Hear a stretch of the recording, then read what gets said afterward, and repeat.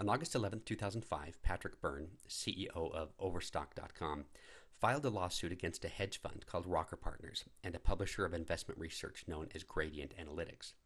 The lawsuit was based in part on sworn affidavits by 3 former Gradient employees who described, in detail, how hedge funds regularly paid Gradient, previously named Camelback Research, to publish custom reports on specific public companies, and that it was common knowledge at Camelback that customers who wanted negative reports written on subject companies and who supplied negative information or guidance to Camelback in connection with the custom report on the subject companies either had short positions in the securities of those companies or intended to take short positions before publication of the reports. Taking a short position in a company's stock permits an investor to profit from drops in that company's share price. One good way to make that happen is to circulate in the market negative information, whether true or false, about that company. According to one affidavit, quote, "The negative reports from Camelback on the subject companies were a key component of their efforts to profit from the anticipated depression of the trading price for those companies' stock. In fact, customers, including Rocker, would ask that Camelback not disseminate the report to the public for a specific period of time so the customer could get their own position in the stock before the public got the information," unquote. The same affidavit also described an unusual degree of involvement on the part of business journalist Herb Greenberg, particularly when it came to his interactions with Rocker Partners and Gradient co-founder Don Vickery.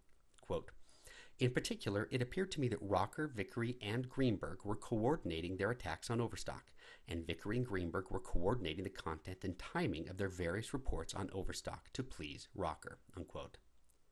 Under this arrangement, Gradient published 56 Overstock hatchet jobs in just 2 years. This, coupled with Greenberg's negative reporting, frequently produced significant drops in Overstock.com's share price. This is not a new phenomenon. It's called a bear raid, a scheme as old as the stock market itself.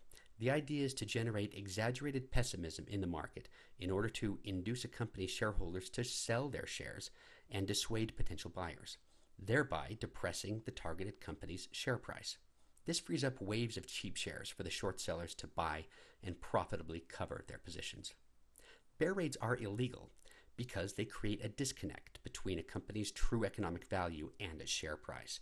In other words, bear raids make markets inefficient, and inefficient markets are bad for everybody except, that is, for the stock manipulators behind them.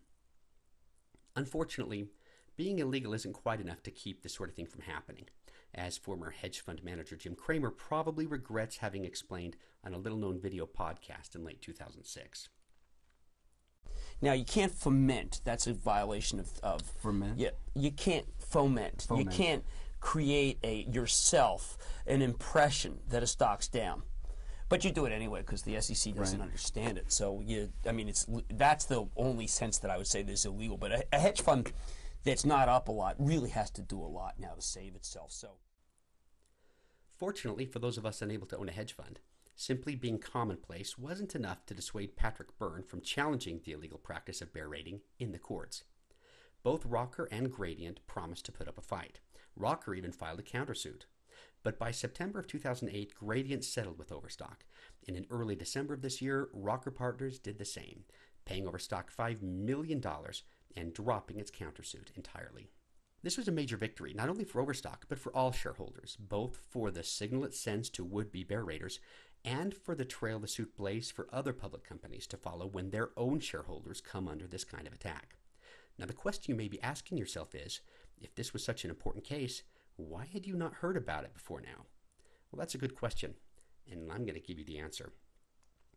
The day after the suit was filed, Patrick Byrne held a press conference to announce it and to reveal what he'd learned about a particularly dark side of Wall Street in the process of preparing and filing the suit. Patrick's thesis can be summarized as follows. The Rocker and Gradient situation is merely a microcosm of a much larger culture of corruption on Wall Street. In fact, Patrick Byrne said, there exists a consortium of short-selling hedge funds that do not just bet against public companies, but use illegal methods to attack those companies. And they coordinate those illegal attacks with certain financial journalists, bloggers, and even stock message board posters. And that this combination of publishing misinformation, coupled with very aggressive short selling, is intended to manipulate stock prices downward. So why should you care? Well, because this has the effect of illegally transferring wealth from your brokerage account to the manipulators. In other words, it's stealing. Patrick's goal in presenting this information was to offer up the foundation of what he expected some enterprising business reporter would build upon in order to basically create the financial story of the decade. But instead of picking up where Patrick's presentation left off, the majority of coverage by the Wall Street financial press took a very different approach. The tone was set early on by hedge fund manager and blogger Jeff Matthews, who joined Patrick and host Ron Insana on CNBC. Matthews clearly had some very specific talking points, and he reiterated these over and over. His message? Patrick Byrne is crazy. Okay, I'm going to read you something from an affidavit. On several occasions, Rocker requested Vickery hold off on publication of the final report for a certain period of time so he could take a position in the stock. Going on, gets to Herb Greenberg. Now, this is somebody who participated in the conversations with Herb Greenberg and so forth. I saw that Herb Greenberg frequently accessed it. Herb Greenberg called multiple times to discuss it with Vickery. It appeared to me that Rocker, Vickery, and Greenberg were coordinating their attacks on Overstock, and Vickery and Greenberg were coordinating the content and timing of their various reports on Overstock to please Rocker.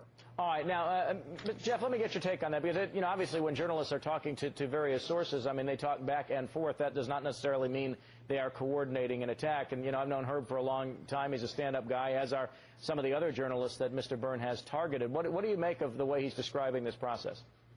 It's pretty incoherent, and it's pretty bizarre. In fact, Matthews' strict adherence to his talking points often led to awkward and slightly comical moments, such as this one. There's a long history of stock pools with puppet masters. Jeff? What?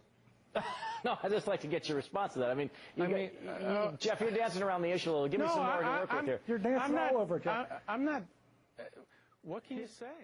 And yet, inexplicably, Ron Insana never did more to challenge Matthews than that. But this would end up being the approach that a surprising number of journalists took when reporting on Patrick's lawsuit. For example, Barron's reporter Bill Alpert called the suit fanciful and compared the web of relationships Patrick posited to those drawn by someone suffering from a paranoid psychosis. Roddy Boyd at the New York Post, under the direction of business page editor Dan Colarusso, called the announcement a wild, wily rant and actually asked an Overstock spokesman on the record whether Patrick was either drunk or under psychiatric care at the time. I'm not kidding, he actually did that. In his column on Market Watch, Herb Greenberg, who is specifically mentioned in the suit, chalked it up to an overactive imagination and compared the affidavits naming him to the writing on the walls of a public toilet. Eric Dash at the New York Times ignored the specifics of the suit, instead focusing on its announcement as one of the oddest performances in a conference call this month. Colin Barr at TheStreet.com proclaimed the suit the dumbest thing on Wall Street that week. A much more in-depth treatment of the event was offered up by Bethany McLean at Fortune magazine, who led with a mocking and inaccurate quote pulled from Mark Cuban's blog. Now, Cuban, for those of you who don't know, is one of those people who, kind of like Paris Hilton, is famous simply for being rich. From there, McLean's story devolved into a simple attack on Patrick and Overstock.com, with careful avoidance of the specifics of the suit. McLean's piece was followed by Businessweek reporter Tim Mulaney's request for an email interview, comprised of a litany of questions, including, quote, is Patrick manic depressive? Has he ever sought care or diagnosis for any mental incapacity? Unquote. A few days later, it was New York Times business columnist Joan O'Sara's turn. In his words, Patrick's suit was mere conspiracy mongering. About the same time, the Society of American Business Editors and Writers, commonly called SABU, held its annual conference.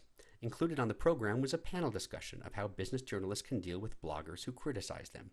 In reality, the panel's job was to discuss how to deal with the pointed criticisms of Patrick Byrne and some of his blogging supporters. Headlining the panel were Herb Greenberg, Joan O'Sara, and Dan Colarusso. Much to Sabu's chagrin, we infiltrated Sabu's meeting and made a covert recording of the panel discussion. Here are some highlights.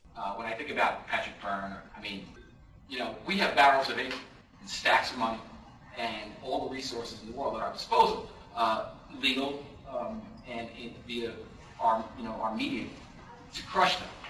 There are some former employees of this research firm, and they gave some sworn depositions to a lawsuit that was filed against a short-selling firm, a research firm, for allegations that I colluded conspire on when I was going to time my stories. Terrible. It's just wrong. I asked Patrick exactly this question. I said, you're not making any naked shorting allegation about the issue revolving around you and David Rocker and Herb Greenberg. And he said, that's correct. So I said, well, why are you in this naked shorting fight, since it's not really what you're litigating? And he said, well, it's like supporting education. It's a good thing to do.